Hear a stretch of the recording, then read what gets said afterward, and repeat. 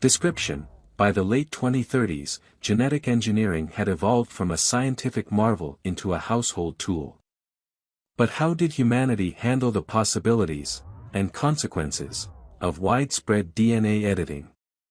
Join us on a journey through the lives of two individuals whose worlds collide in the era of accessible CRISPR technology. Chapter 1: The Whisper of Possibilities. By 2037, the world had become a tapestry woven with genetic potential.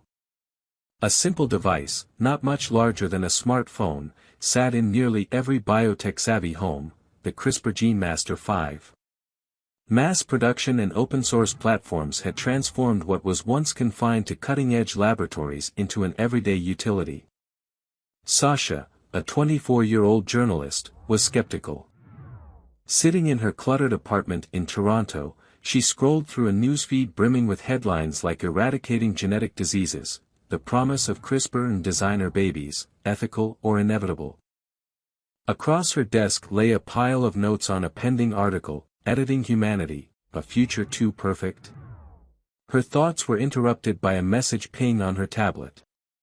It was from her younger brother, Leo, who had been suffering from a rare genetic disorder since birth. The message read, "Sash, got an appointment with GenCore tomorrow.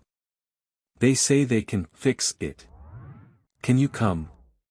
The idea sent a shiver down her spine. CRISPR had undeniably changed lives, curing diseases like sickle cell anemia and Huntington's. But stories of unintended mutations and misuse, like the underground markets selling black market edits, haunted her.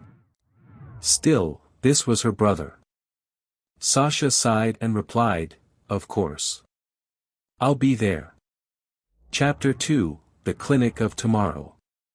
The GenCore facility in downtown Toronto gleamed with sterile modernity.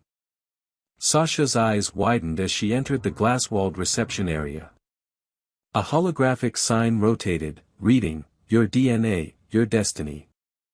Leo was already there, his face pale but hopeful. He gestured toward a screen showing testimonials of patients, a boy running free of muscular dystrophy, a woman smiling after eradicating her hereditary cancer gene. Dr. Elise Moreno, the specialist overseeing Leo's case, welcomed them into her office. With smooth gestures, she displayed a 3D hologram of Leo's genetic code. "This," she explained, pointing to a highlighted segment, "is the mutation causing his condition. With a precise edit, we can replace it with a healthy sequence. It's a 1-hour procedure, minimally invasive." Leo's eyes sparkled. "So, no more wheelchairs. No more medication." "Correct," Elise replied. "But," she continued, turning to Sasha, "there are risks. Though rare, edits sometimes cause off-target effects. We monitor closely, but I must be transparent." Sasha frowned. "And what about long-term consequences? Could this affect his children, or lead to unforeseen mutations down the line?" Elise leaned back, choosing her words carefully. "The edits would affect germline cells, meaning they're inheritable. But our trials indicate stable results. The technology isn't perfect, but it's advancing rapidly." As Leo signed the consent form, Sasha watched, torn between relief and unease. CRISPR wasn't just a tool, it was a Pandora's box, opening doors to miracles and monsters alike. Chapter 3: The Leap of Faith. The surgical suite at GenCore felt more like the cockpit of a spaceship than an operating room. Sasha stood in the observation gallery, watching as technicians prepped Leo. He lay on a padded table, surrounded by robotic arms tipped with gleaming instruments. A soft hum filled the air as the machines powered on. Dr. Moreno addressed the team. "We'll begin with a mapping scan. CRISPR sequences are pre-programmed, but we need to confirm alignment before activation." A holographic display of Leo's genetic code flickered above his body. Sasha's heart raced as a tiny glowing strand represented the target mutation. The procedure began. A robotic arm delivered a CRISPR enzyme to Leo's cells, snipping away the faulty gene and replacing it with a synthesized sequence. It was mesmerizing, like watching the microscopic rewriting of his future. Sasha found herself holding her breath until Dr. Moreno announced, "Edits complete. Monitoring for stability." The procedure ended without a hitch. Leo was wheeled out, groggy but smiling weakly. "Guess I'll be the first marathon runner in the family," he joked, earning a chuckle from Sasha despite her lingering nerves. Chapter 4, The First Glitch. Leo's recovery was faster than expected. Within days, his energy surged. For the first time in years, he walked unassisted, his gait smooth and confident. Sasha documented every milestone, capturing the joy in her brother's face. But just as hope began to solidify, the unexpected occurred. It started with faint headaches. Leo brushed them off, claiming they were nothing compared to the debilitating pain he used to endure. Then came the nosebleeds. One evening, as they sat on the couch watching a documentary about the history of CRISPR, Leo suddenly doubled over, clutching his stomach. Sasha panicked and rushed him to the hospital. Doctors ran a battery of tests, their expressions grim. Finally, Dr. Moreno arrived, her composure cracked by worry. "There's been an anomaly," she admitted. "A mutation in an unexpected region of his DNA." Sasha's voice rose. "You said this was safe. What's happening to him?" Dr. Moreno didn't sugarcoat it. "The off-target edits may have triggered cellular overgrowth. We're seeing early signs of unregulated tissue development, cancer, to put it bluntly. We need to act fast." Sasha's stomach dropped. CRISPR's promise had turned into a nightmare, and her brother's life now hung in a precarious balance. Chapter 5, A Race Against Time. The hospital's genetic oncology unit became a second home for Sasha and Leo. Every test, every scan brought a new wave of uncertainty. The rogue mutations spread rapidly, challenging the medical team's ingenuity. Dr. Moreno and her colleagues scrambled to deploy a countermeasure. "We'll attempt a secondary CRISPR edit," she explained during an emergency meeting. "If we can target the overactive cells, we might halt their growth." "Might?" Sasha's voice trembled. "You're gambling with his life." "We don't have a choice," Dr. Moreno replied. "CRISPR's precision is both its strength and limitation. We're working with the most advanced data, but this is uncharted territory." Leo, pale but resolute, interjected. "I'm not scared, Sash. I've already gotten a glimpse of what life could be like without my condition. I'll take the risk." The second procedure began less than 24 hours later. This time, the room felt heavier, the stakes suffocating. Sasha watched as the team adjusted their algorithms, recalibrating the CRISPR tool to navigate the genetic chaos. Hours stretched into eternity. Finally, Dr. Moreno emerged, her face a mix of exhaustion and cautious optimism. "The edits are holding. Now we wait." Chapter 6, The Ethical Crossroads. While Leo rested in the hospital, Sasha threw herself into her work, determined to expose the broader implications of CRISPR technology. She interviewed patients, scientists, and ethicists, uncovering a web of complexity. At a bustling cafe downtown, Sasha met with Dr. Amara Nwosu, a renowned bioethicist. Over steaming cups of coffee, they debated the consequences of CRISPR's proliferation. "The technology is transformative," Dr. Nwosu admitted, "but the ease of access raises profound ethical questions. Should every household have the power to alter DNA? And who ensures these edits are safe, or moral?" Sasha nodded. "It's already a free-for-all.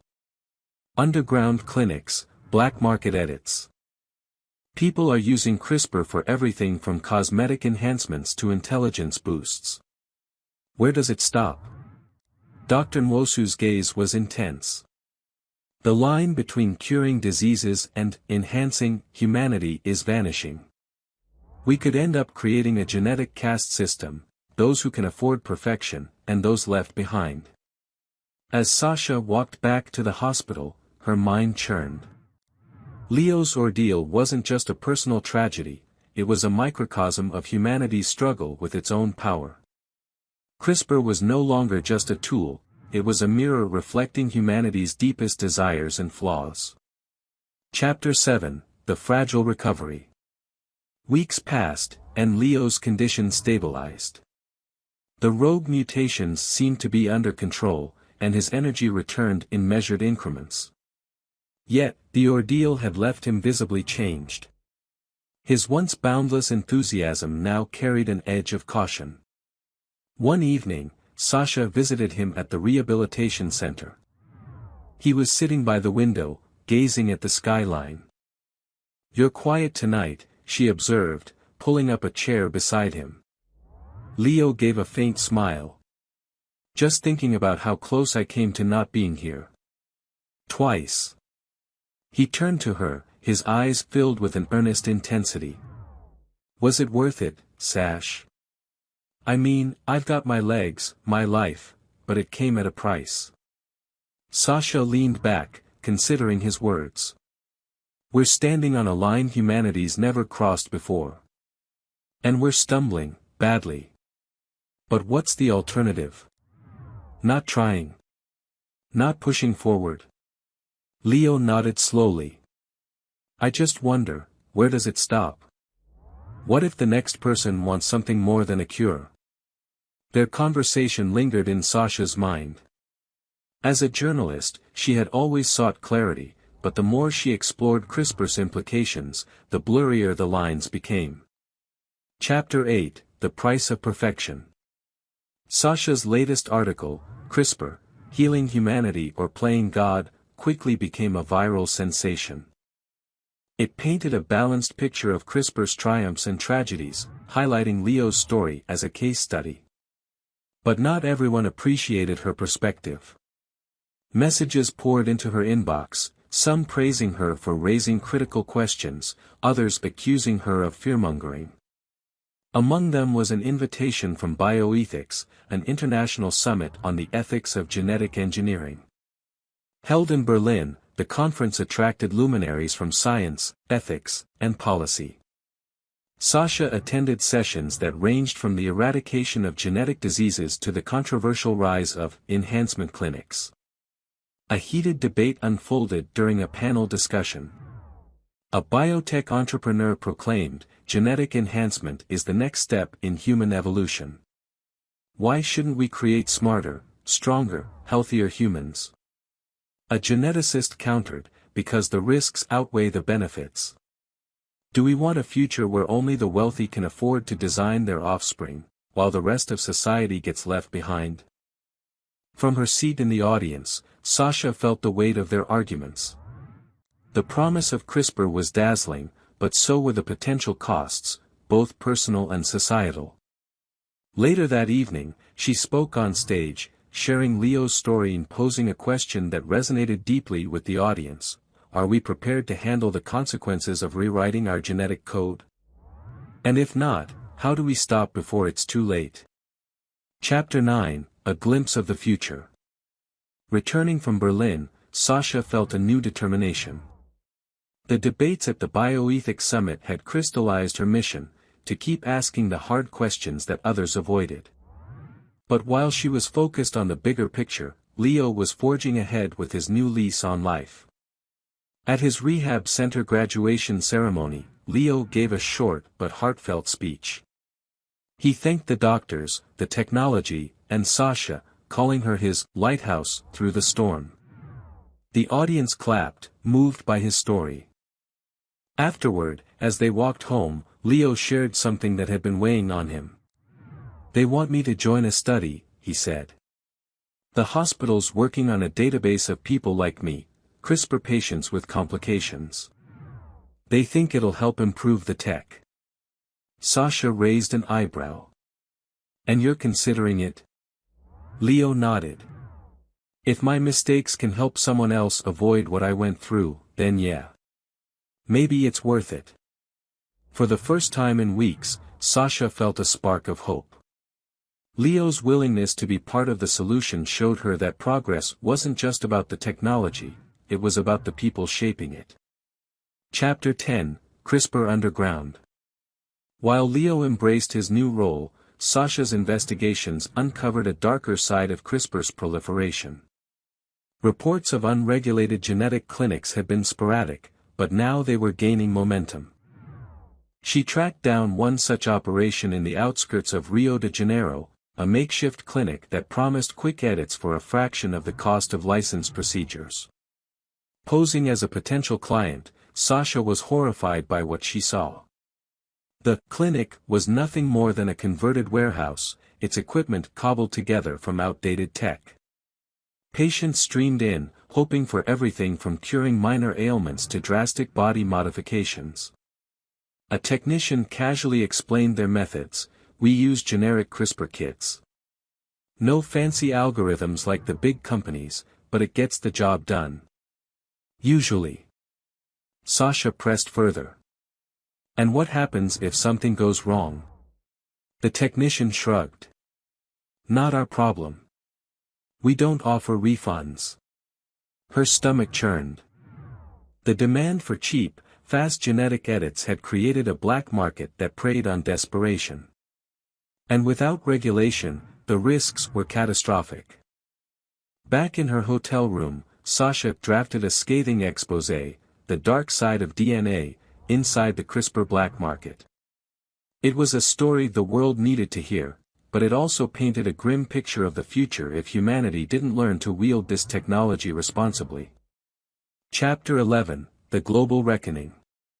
Sasha's exposé on the CRISPR black market sent shockwaves around the globe. Governments scrambled to respond, enacting emergency regulations and tasking biotech companies with tracking unauthorized uses of the technology. But not everyone was willing to comply. The black market was too lucrative, and rogue operators adapted quickly, masking their activities and relocating to countries with lax oversight. Meanwhile, public sentiment became polarized. In one camp were the progressives, who argued that CRISPR's potential to eradicate diseases and enhance human capabilities justified its risks. Opposing them were the conservatives, who called for a global moratorium on genetic editing until stricter safety measures were in place. Caught in the middle were individuals like Leo, living proof of both CRISPR's promise and peril. At an international summit convened by the World Health Organization, Sasha was invited to deliver a keynote address. Standing before an audience of world leaders and scientists, she recounted Leo's journey and the dark underbelly of unregulated genetic editing. "We've unlocked the power to rewrite the essence of who we are," she began. "But with great power comes even greater responsibility. We must ensure that this technology serves humanity, not divides it." Her speech was met with a standing ovation, but Sasha knew words alone wouldn't be enough. The battle over CRISPR's future was just beginning. Chapter 12, A Choice for the Ages. Months after the summit, Sasha received an unexpected call from Dr. Moreno. "We're launching a new initiative," the doctor explained. "A global database to monitor genetic edits and their outcomes. We want Leo to be one of its first contributors, and you to document the project." Sasha hesitated. "You're asking a lot. Do you really think people will trust a system like this?" Dr. Moreno's voice was firm. "If we don't build trust, we lose control of this technology altogether.